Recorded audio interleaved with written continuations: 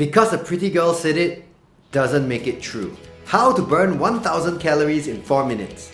Is this kind of clickbait title that really confuses people about exercise.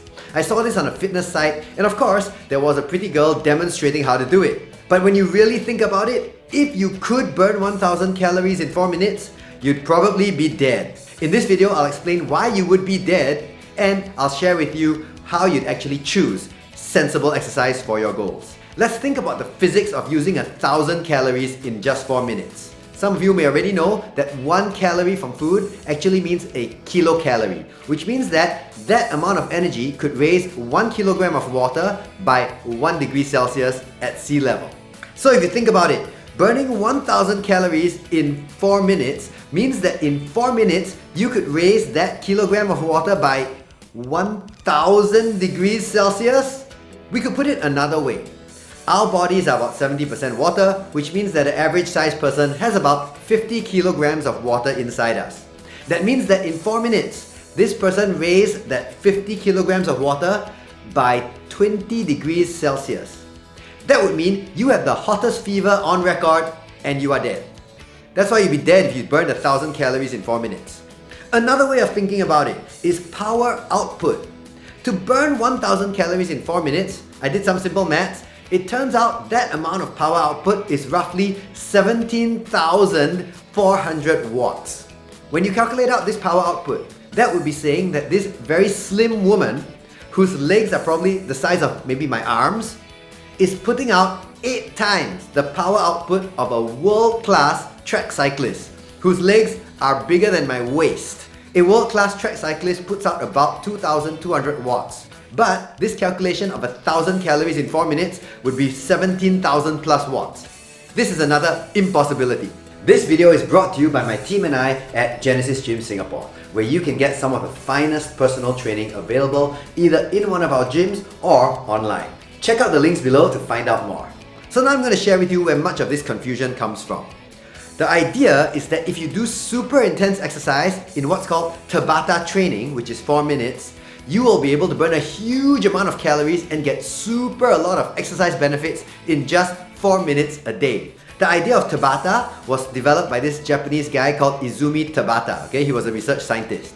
And he was researching exercise on the Japanese national speed skating team. What you may know about Tabata is that it's 4 minutes, 20 seconds of work, 10 seconds of rest.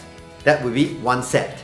And this 30-second block, you repeat it 8 times. So 30 seconds times 8, that's 4 minutes of work. What almost nobody knows is how hard this 20 seconds has to be.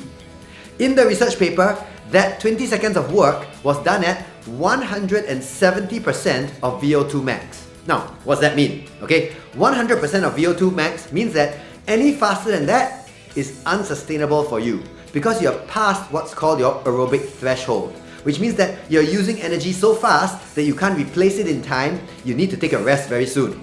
But in terms of exercise, here's what it feels like. I'm pretty sure almost nobody has exercised this hard ever. So a world-class runner runs 200 meters in about 20 seconds. And they can't do it continuously because that's their best effort. In fact, they do it once every major competition. So definitely they can't do it continuously. So this 20 seconds is their all-out effort and it's about 200 something percent of VO2 max. So let's convert it for ourselves, right? You go run at your maximum speed for 20 seconds. So go and run as if a tiger is chasing you and wants to eat you. That's your maximum speed. Do it for 20 seconds and then go and take note of how far you ran in those 20 seconds. So let's say you ran 150 meters, okay? Great. Now, reduce that distance by about 5 to 7%. So let's say roughly 140 meters. Now, because 20 seconds all out would be about 200 something percent of your VO2 max, you're going to use 170%, just like the Japanese research study, okay? So you're going to run a bit shorter distance in 20 seconds. So you have 20 seconds to now run 140 meters, alright? Now, do it in 20 seconds. Rest 10 seconds, do it again. Rest 10 seconds, do it again. Rest 10 seconds, do it again. Now repeat that 8 times. That means slightly less than your best speed, 8 times with 10 seconds rest in between. So comment below, do you think you could do it? I'm very sure I couldn't do it. Even when I do conditioning sessions for myself, whether it's farmer's carry or sprints, I'm definitely not able to do 8 times in a row with such short rest, so close to my maximum speed. This is why Tabata only works when you're able to repeat that 8 times at such a high speed. The number of people in the world that can do this is very, very small. It was done on world-class speed skaters. I think that world-class 200 or 400 meter runners could also do it. I think that the top CrossFit athletes could probably do it. I also think that the best short track cyclists could also do it. But this is a tiny fraction of the world's population, and it's even a tiny fraction of the people who are already fit. It's not 7 burpees and then rest 10 seconds. It's not 10 air squats and then rest 10 seconds. It's not 10 push-ups and then rest 10 seconds. That is so far away from what Tabata actually needs to be to give you the results that these people got in this study. So the chance that you'll be able to get the same results that these Japanese world-class speed skaters got from these 4 minutes of exercise is 0. But don't feel bad if you can't do it. This kind of training is meant for the top 0.0001% of the world's population who has the best genetics, the best sports science, the best training, and has been doing it for the last 10 years. The next confusion that makes people think they can burn 1,000 calories in 4 minutes is this idea of afterburn, okay? Yes, if you do super intense exercise, you will continue to burn calories after that, recovering from the exercise. But it's definitely not as much as people think. There's this myth that says that if you do super intense exercise, you're burning a lot of extra calories for the next up to 36 hours. So you did this 4 minutes and you're going to burn extra calories for 1.5 days after that? Well, a little bit. It's so little that it almost doesn't matter. Maybe if you did these super intense 4 minutes of exercise, you burn, 100 calories, and then over the next few hours, you'd burn another 50 more. Okay, it's not thousands more over the next 2 days. It's 50 more. So it's not a lot. So this is another myth of the fitness industry. I hope you don't buy it because it doesn't work.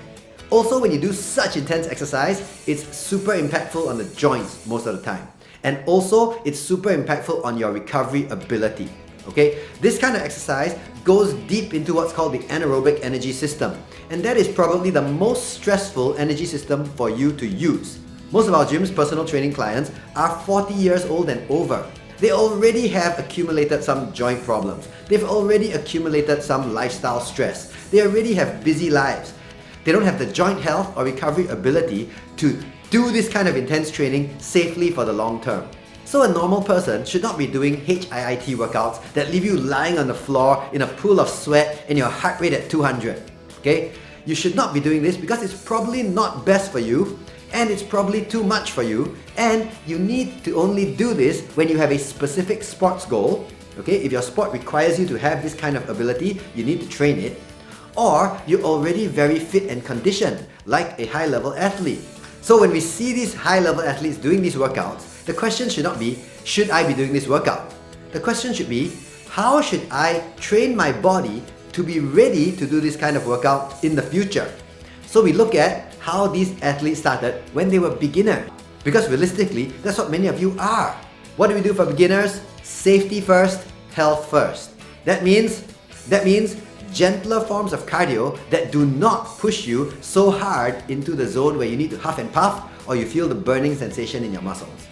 You do 20-30 minutes of brisk walk or swimming or slow jog where you do not feel burning sensation and where you do not feel breathless. That is actually going to burn more calories for you than this sort of super intense stuff that puts you at higher risk of recovery problems or joint problems. Also, it doesn't drive your stress hormones up too high, which further slowers your recovery and reduces your health. So don't just do HIIT circuits because it's so cool. It looks nice to post on my social media. There's some cool app that says I'll have a great physique if I do it. All this is nonsense for the normal person. Do cardio that doesn't stress you out, which builds your aerobic system and makes you healthier. And then lift weights or do other kinds of strength training to maintain muscle and joint health. Okay? So that's what you do. Gentle cardio, you can do that every day. Okay? 20 minutes brisk walk every day is a great start. And then you do strength training about 3 times a week. Properly programmed strength training, you just do 20 to 30 minutes 3 times a week and it's enough. Okay? A total body workout that puts your muscle under some strain, that is a good start for almost everyone. So don't be fooled by clickbait unless they're made by me. But in all seriousness, There's too much stuff that's meant to be interesting and entertaining. But what you need to do is do the basics really, really well. Build your aerobic system with cardiovascular activity, and then retain your muscular strength and size until the day you die. You do these two things, and you have accomplished the goals of exercise for people who are not competitive athletes. Hope you found this video useful. I hope it helps you choose the right exercise for you. Please subscribe to my channel for more educational content.